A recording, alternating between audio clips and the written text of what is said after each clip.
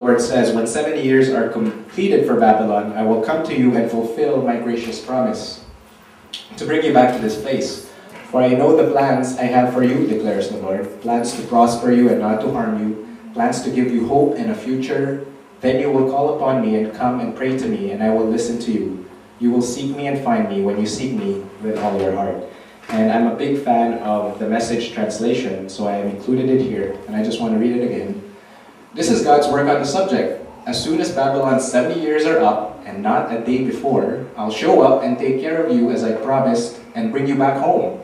I know what I'm doing. I have it all planned out. Plans to take care of you, not abandon you. Plans to give you the future you hope for. When you call on me, when you come and pray to me, I'll listen. When you come looking for me, you'll find me. Yes, when you get serious about finding me, and want it more than anything else, I'll make sure you won't be disappointed." God's people were exiled into Babylon. He had a purpose for them. Now they had the benefit of knowing when God will fulfill His promise. Most of us will probably never know ahead of time when He might come to use us. But what we can do is to continue to wait expectantly and patiently serve Him and obey Him in whatever way that we can. So God has a plan for me and you based on His time and not mine.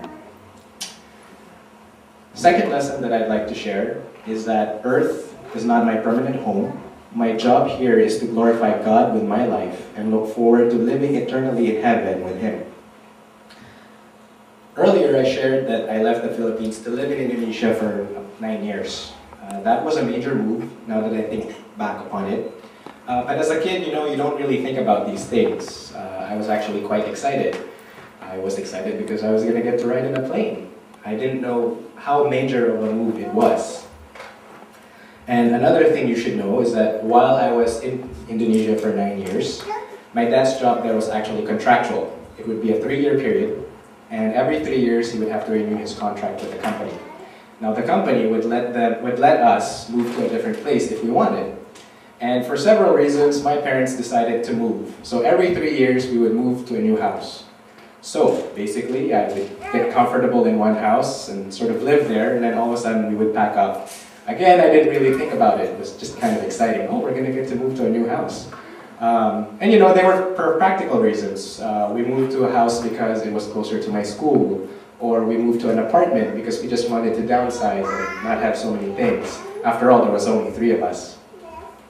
And then after my time in Indonesia, I went back to the Philippines. So there again, I packed up and moved back to Manila just for 2 years, just to finish my last 2 years of high school. And then my parents decided I should go to Canada to study university instead of staying in Manila. So after 2 years in the Philippines, I packed up again and moved to Vancouver. While in university, I moved twice. And then when I decided to take up culinary studies, I moved again to be closer to that school. And then my sister Winnie was approved for her permanent resident application, so she moved here, and they invited me to stay with them. So I moved again to their house. And then I moved twice again because they sold and bought their houses. And then I moved again because Ate Winnie decided to move to Calgary, but I had to stay here and finish up my studies. So I stayed as a homestay student with one of the Filipino family here that you'll probably know. And then I moved again with Pastor Joey, where I lived for about 1 or 2 years, I think.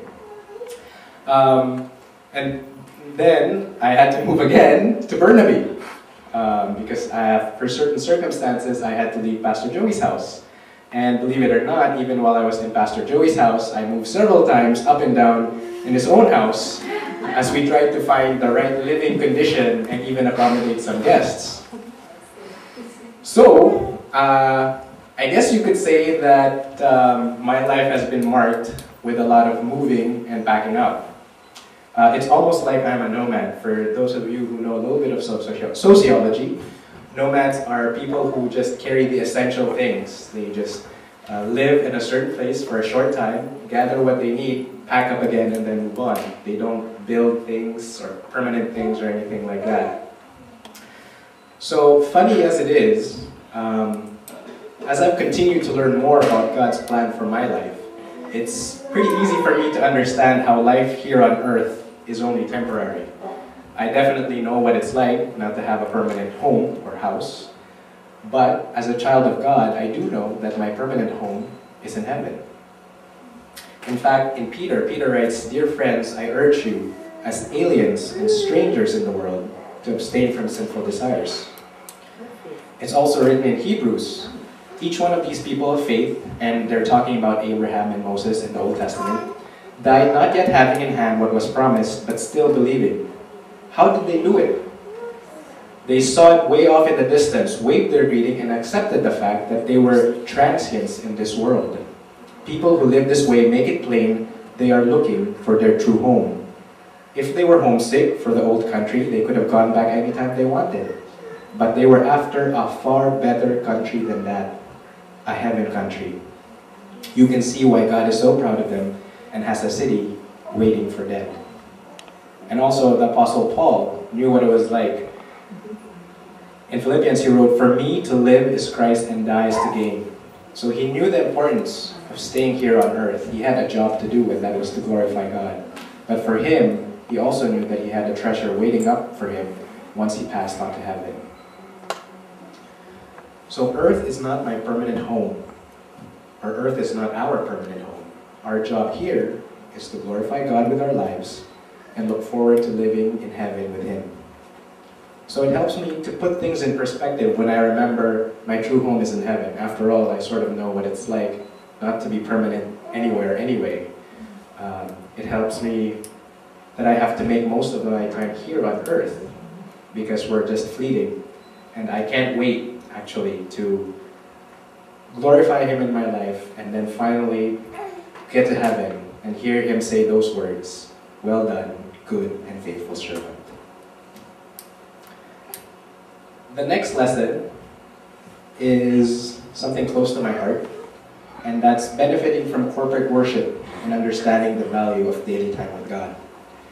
Like I said, about 4 years ago, after my culinary studies, I got a job in a restaurant in downtown called Blue Water Cafe. And I was very glad to have been given this job because this job allowed me to stay in Canada. Because when I came here, I was only an international student. So through this job, I was able to stay in Canada as a working permit. Unfortunately, the trade-off in those 4 years was that I was never, ever hardly able to go to a Sunday service. And that was due to the fact that I was needed at work. My boss was off, and since in his absence, I had to be there. So in this 4 years, I realize now, I began to slowly but surely learn just to be part of Sunday service, just to be able to come. After growing up and going to a Sunday service almost every Sunday of my life, I quickly realized, you know what? Something's kind of missing. So since I knew I couldn't go to Sunday services, what I did was I started to focus on my daily quiet times. At first I thought it was just sort of a way of compensating for the fact that I wasn't able to go to church. But really, what I realized is what the Lord was doing was that He was using that as a motivation for me to seek Him out daily. And so those daily quiet times when I would read the devotions and read the Bible became my sources of inspiration since I wasn't able to attend church. Now that I have a new job, I can come to Sunday services, and it is really truly a blessing for me. I don't know about you, but I savor every moment. I get here a little bit early, help with the setup, and I can't wait for it to start. Because for 4 years, I wasn't part of it, and now I have the opportunity to be part of it again. And my daily devotions haven't stopped. You know, at first I thought, yeah, the Lord's just using it to train me. But now it's something I look forward to. I also think that when I don't have my daily time with the Lord, something's missing in my life. So I'm not trying to say that all of you should get up and leave the church and not come back in 4 years. That's not what I'm trying to say. What I am trying to say is that you can always develop your walk with Jesus in your own time. And in fact, it's something that I encourage you to do. Because worshiping Jesus and being with Him doesn't have to happen in these walls. You can do it anywhere. And of course, corporate worship is still important because it has power. Jesus Himself said, "For when 2 or 3